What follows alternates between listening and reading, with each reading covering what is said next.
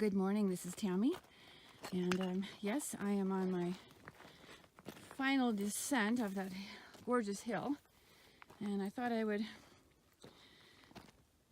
was actually going over some things out loud, because it's just me and Theo, and I think Theo thinks I'm talking to him when I'm talking out loud, and I thought, well, maybe I'll just do a video and share it with more people besides just me and them and the rocks and the dog. And what I'm getting at here is, and this is, yeah, I don't know how long this is going to go, so more than likely this is going to end up on my YouTube channel. But I wanted to say that this is different than my normal videos. It is health related, but it's more about mental health, mental and emotional health. It's a spiritual way of managing our mind and our emotions. And so, having said that, it's just kind of thinking along. I mean, obviously, it's always current circumstances that dictate what we process, right? And I've just witnessed two different people having very similar experiences in their work environment. And I've been talking, I have a tendency to talk out loud. Whether I'm hiking or, I mean, my thoughts go on loudspeaker rather easily, and so in this case, when somebody, okay, so here's the deal. I'm just going to be upfront and honest about this. I have a very good way. I'm very sensitive to people. I can sense whether or not their energy is in alignment with mine. I won't say bad or good. It's just that whether it's a vibrational match or something that is not in a direction I need to go, if that makes any sense. So really kind of choosing my relationships and the people that I surround myself with, okay? So when I have, that's my jacket down there because, well, it's just too bloody hot to be having a coat on this morning. At any rate, so I am very well known for commenting about, after I've met somebody, my sense of them. Sometimes it's hard to wrap my head around, truthfully, because, like I said, I don't talk about not liking people. I talk about how it feels to be around them, like, you know, I kind of felt off, something was going on with them, you know, that kind of thing. So, but I have this one particular person in my life that every time I say that around him, he'll go, "You just don't like my friends." And it's like, well, first of all, I'm not in a position to say whether I like somebody or not. I mean, especially if if I only briefly meet them, it's like I don't even know them to like them or not like them. You know, keep in mind, these are things that I say after a first encounter. So to say that I don't like somebody is kind of harsh, because like I said, I don't stand there and look at how they're dressed. I don't, you know, care what they do for a living. I mean, none of that stuff matters to me. I want people just to be happy and smile from the inside out, and whatever they do and however they carry themselves and dress themselves, it's up to them. So, but I am very well averse to saying, you know, I don't like how it feels to be around them. I don't think there's anything wrong with that. So at any rate, like I said, I have been doing this for years.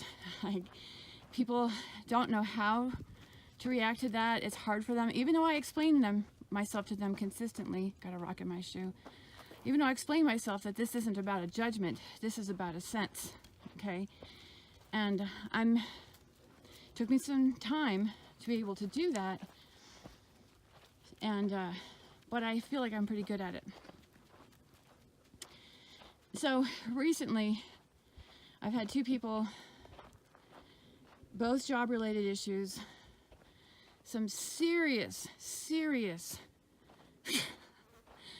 crap. I mean, serious crap. I mean, stuff that if I'd been in the work environment, I would have just been, no, you guys are really messed up.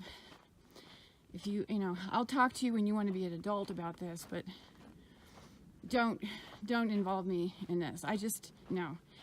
And as it turns out, I have been rather vocal about this one individual's situation, because I have actually encountered some of the people that are wreaking havoc in his life at this moment. And just a couple of times, and it's 3 people specifically. I've met other people in the office, and I can see why, energetically, why they're all together. But the business owner himself, his office manager, and I guess it's her daughter. The office manager and the daughter, I mean, really, I mean, fire from their eyes, kind of just, I mean, it's blatant. It's literally written all over their face without even so much as saying a word, that they're not responsible with that dense negative energy. Like I said, we all bear it, we all have it. It's about learning to be responsible with it. And learning to make decisions based on how we feel. This is a really sticky topic. And so, needless to say, I mentioned some things, and of course this individual got very, very sensitive, because even the doctor and the owner of the practice has some very sticky, funky energy, is how I will describe it. And so every time I share this, but in this man's mind, I am threatening his livelihood, because he thinks I'm suggesting that he leave. If he's obviously there because he's getting something out of it, right? I mean, that's just how it goes. And maybe I'm a little too vocal. Come on, Theo. He's kind of holding us up there. About what I sense, but I just, you know, I just talk out loud, like I said. So, you know, in his mind, I'm telling him he needs to,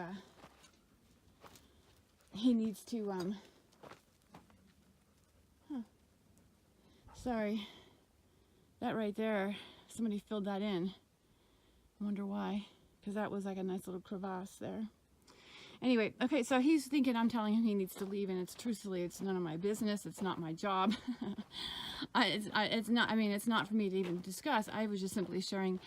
But what I noticed, more importantly, is that this has happened a couple of times, I guess, in his life, where people have said things like that. And it's concerning to him, because money is obviously something we all require for survival. And when your work environment is toxic, and it's hard to say no, I don't want to be here. It's hard to step away. And interestingly enough, I've actually had that experience. My children were maybe middle school, first year middle school and younger, when I walked away from my last office job, because it was toxic. And I was a single mom. I got, you know, I caught hell for being so irresponsible. But the fact is that I needed to take care of me. Of course, I've been labeled as selfish for taking care of me. But the interesting thing is I've always landed on my feet. I've never worried about how anything was going to go, how anything was going to work out. I just took care of me. And just this morning, I've been, you know, not approached or confronted, but privy to 2 people who are kind of facing the same thing. One of them is actually just making the decision just to do it. He's just going to cut his ties and just remove himself from a toxic situation. Not worried about the money, knows that he'll be fine. The other one is waffling, because there's plenty of evidence in his life that bad decisions lead to poverty or destitution and so forth. And the man's terrified. And what I'm getting at here is learning how to honor ourselves. I did a video the other day on IGTV with just about that, about learning to honor ourselves. First, not as an egotistical act, but a selfless act, so that we can be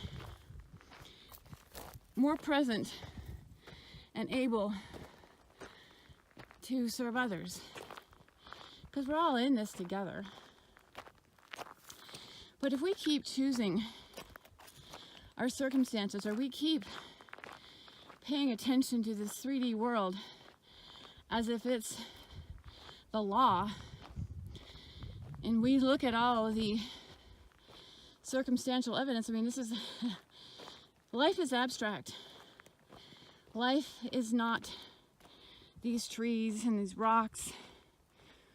That's what we have available to us, but that's just a mild definition, comparatively speaking. I was talking to an artist not too long ago, and the concern was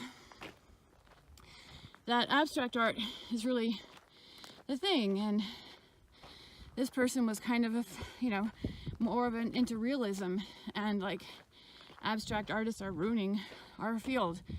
And I'm like, but life is abstract. Those who paint abstractly, or those who work and create abstract art, are tapped into an energy. That's all. You're tapped into the physical energy. They're tapped into another energy. That's all it is. And so the same can be said when we're talking about people and relationships. This video is not about saying those who are irresponsible for their energy are bad people. This is just simply saying that they're irresponsible with their energy.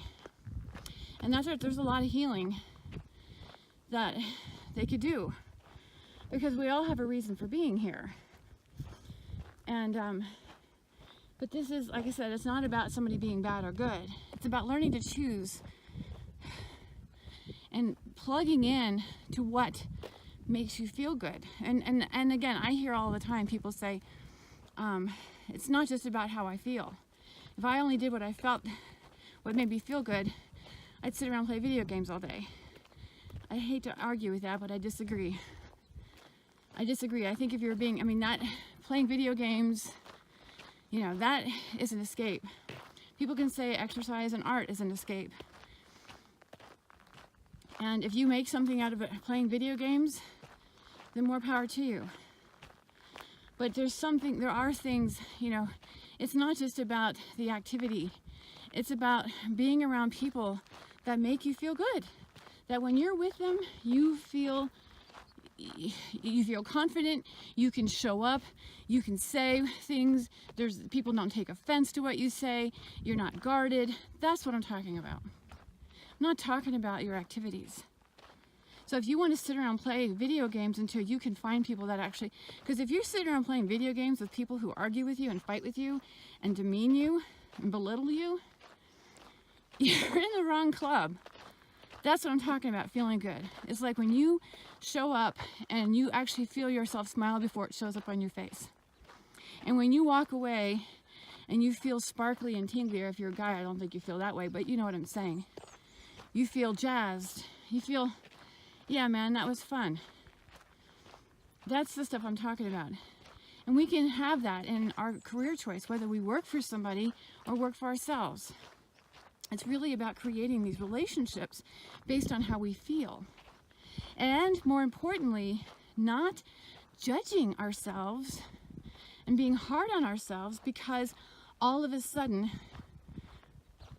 we have a bad feeling about somebody, but we can't figure out what it is. See, that's our biggest challenge. Oftentimes we sense things, but we don't have the words to explain it. And so therefore, we're trained to explain instead of just being able to say yes and no without explanation. And so if we can actually train ourselves to say yes or no without explanation, if something or someone doesn't feel good to be around them, just be able to say no. And if it feels good to be around someone, then just say yes. You don't have to explain it. I've found myself caught up in those kinds of stories lately, and it's really challenging me because it's the way I used to live. I got explained, and I would explain everything until the sunset and then some. And I am, sorry, wiggling around too much. And I am, I just want to be able to say, yes, that feels right. Yes, I don't feel good around that person. And it just be that, not be told, well, why don't you like this person? I hope I'm making sense. So I can tell right now, this is actually going to go on YouTube. So if you are new to my channel, welcome. This is not the norm for me as far as topic, but I do believe it's a very important piece to healing. You see, I practice aromatology and phytotherapy. It's all evidence-based. The name of my business is Synergescence. And it's basically a paradigm shift, evidence-based paradigm shift based off of the research, the findings in science that are not being shared with the world. There's one paradigm in healthcare, which is symptom chasing and control. And Synergescence is not about control. It's about supporting and assisting, and it is evidence-based. So with that said, welcome. Thank you for being here. You're welcome to email me, visit my website, synergescence.com, and follow me on Instagram and Twitter. But like I said, this to me is a very important piece, because when we allow ourselves the opportunity to base our choices on a feeling that this just isn't right for me, I need to do something else, or this is right for me, without explanation, we've actually given ourselves permission to be at ease. All of this explanation that we're pushing people for, and the judgments we have of ourselves when we have a feeling but we can't explain why, those judgments and those explanations are causing harm. So my proposal is very gently start letting go of all that.